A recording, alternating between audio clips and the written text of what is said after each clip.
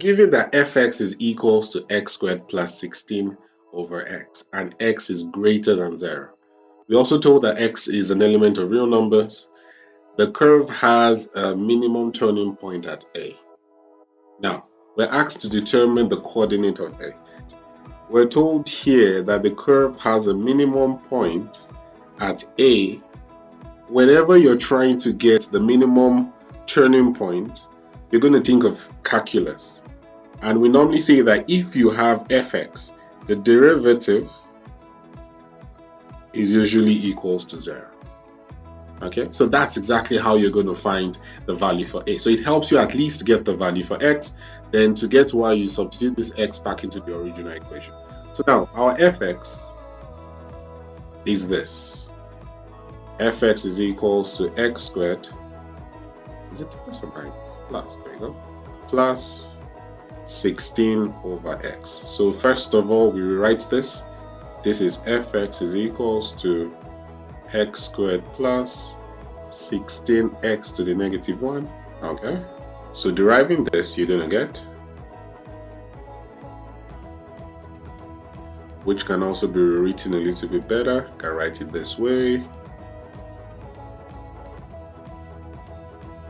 So writing it on this side, I have 2x minus 16 over x squared is equals to 0. And I multiply here by my lowest common denominator. Since I have a fraction of x squared, I can multiply everything by that denominator, so it eliminates the fraction over here. So this here is going to give us, if you multiply this gives you 2x cubed minus 16, and that's equals to 0. But also divide everything by 2, so this is x squared x cubed minus 8 is equals to 0. And with this here, we can factorize, right? So factorizing this is going to give you x minus 2, and is going to give you x squared minus 2x plus 4. Yes, which is equals to 0. So this cannot be factorized. So our answers here is just x is equals to 2.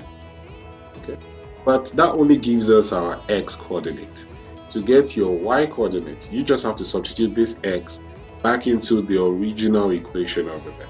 So substituting it there, you're going to get 2 squared plus 16 over 2, and that is 4 plus 8, and that gives you a total of 12.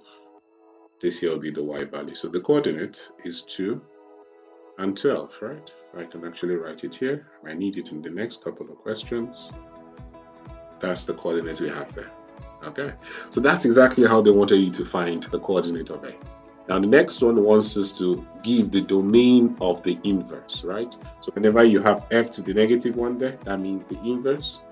Now the domain of the inverse is the same thing as the range of the original. So instead of drawing like a inverse graph, I could just look for the range of the original, and it's the same as the domain. Now looking at the range here, the minimum value that we have here is 12. And since that's your minimum turning point, right? And it is going to go as high as possible, right? So it's going to go up to positive infinity. So we could just say our answers here. So now we write it as x. X is greater or equals to 12. I could also write it as x is an element of 12 to infinity. Okay, and that will be your answer. Yeah. So remember, write one of them, whichever you feel comfortable with, that's the one you use. C says using your answer in A, write down the coordinates of the turning point of the curve with equation. So we have fx minus 2 half x. So now the coordinates we got from A was 2 and 12, right? So we want to see how exactly they can be affected. Now this here says f, and in brackets you have x minus 2. Now whenever you have your function and anything inside the bracket only affects the x. So since this is x minus 2, it actually means that x is moving 2 units to the right. So the only thing that changes is this. So I'm just saying 2 plus 2, which as you know is 4, and I'll have 4 and 12. That will be your answer. Okay. Now for the second one over here, we have the same thing. We're working with 2 and 12. But now this whole fx, this whole thing is the same thing as writing y. So we're looking at just half of the y. Now the x doesn't change. I'm still going to have 2, but this one here changes, right? You're going to look at the half times 12, which as you know gives you 6. So my coordinate is just 2 and 6. That's it.